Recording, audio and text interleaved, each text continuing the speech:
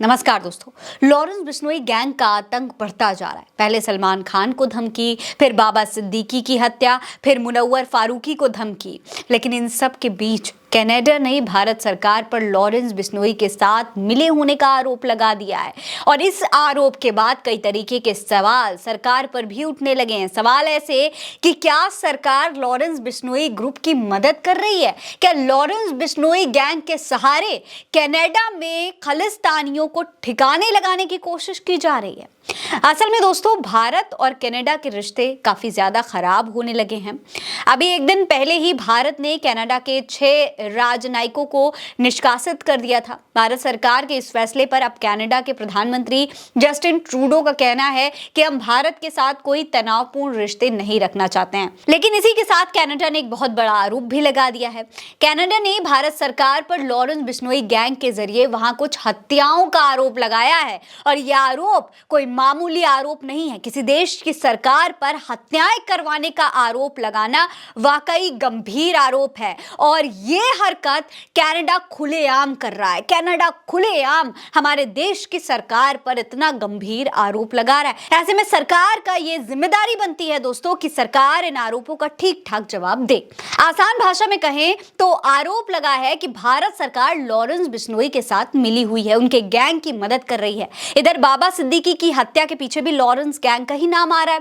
उधर Justin Trudeau भी Lawrence Bishnoi का नाम ले रहे हैं। ऐसे में देश की सुरक्षा और विदेशी नीति पर भी गंभीर सवाल उठने लगे हैं कि क्या लॉरेंस गैंग को राजनीतिक इशारे पर काम करने दिया जा रहा है? क्या देश में और कनाडा में भी क्या लॉरेंस गैंग की मदद कोई कर रहा है? दोस्तों, ओटावा में थैंक्सगिविंग डे पर एक प्रेस कॉन्फ्रेंस में आरसीएमपी के सहायक आयुक्त ब्रिगेड गोबिन ने आरोप लगाए हैं। हमने जो देखा है वो संगठित अपराध तथ्यों का उपयोग है और इसे सार्वजनिक रूप से एक संगठित अपराध गिरोह के लिए जिम्मेदार ठहराया गया है। लॉरेंस बिश्नोई गैंग भारत के एजेंट से जुड़ा हुआ है। दोस्तों, अगर इनके आरोपों में जरा सी भी सच्चाई है तो इसका मतलब है कि भारत सरकार गैंग चला रही है और अगर ऐसा है तो दुनिया में डंका बजवाने की जगह सरकार ने पूरी दुनिया में भारत की नाक कटवा दी है। हालांकि इन आरोपों के बाद सवाल ये भी खड़ा होता है कि आखिर कैसे गैंगस्टर जेल में बैठकर इतनी बड़ी बड़ी घटनाओं को अंजाम दे रहा है, पूरा गैंग चला सकता है, बाकायदा हिट लिस्ट बनवा सकता है।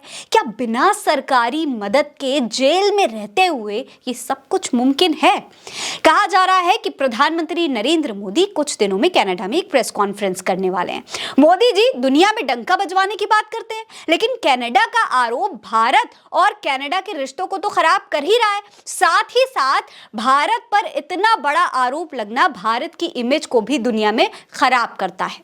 ये सरकार की जिम्मेदारी बनती है कि कनाडा की इस हिमाकत का कोई ना कोई जवाब तो जरूर दिया जाए। अब मोदी जी जब प्रेस कॉन्फ्रेंस करेंगे तब देखना यह है कि इतने गंभीर आरोप का क्या मोदी जी जवाब देंगे? क्या भारत सरकार कोई मुंहतोड़ जवाब दे पाएगी या फिर इस आरोप पर सरकार चुप्पी साध कर इन आरोपों को और गंभीर कर देगी? आपको क्या लगता है? अपनी राय हमें कमेंट सेक्शन में लिखकर जरूर बताइएगा। ये खबर आप उल्टा चश्मा यूसी पर देख रहे हैं। मेरा नाम है फरीन अंसारी। आप रहें स्वस्थ मस्त, बस यही है दुआ हमारी। नमस्कार। बड़ी बड़ी बातें चुगली में कह जाती हैं। हाय दैया। सड़कों पर लड़ने वाली प्रज्ञा यहाँ नया रूप दिखलाती हैं।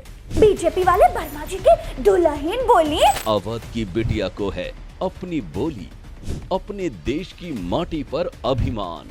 अवधी भाषा वाली प्रज्ञा चाची की चुगली ने दुनिया में रचा कीर्तिमान। हम अपने उत्तर प्रदेश की माटी के महक देश विदेश तक पहुंचाते रहेंगे, ये हमारा वादा है।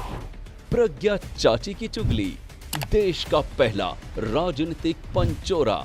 यहाँ सबकी धुलाई होती है। सीजन 2 जल्द आ रहा है।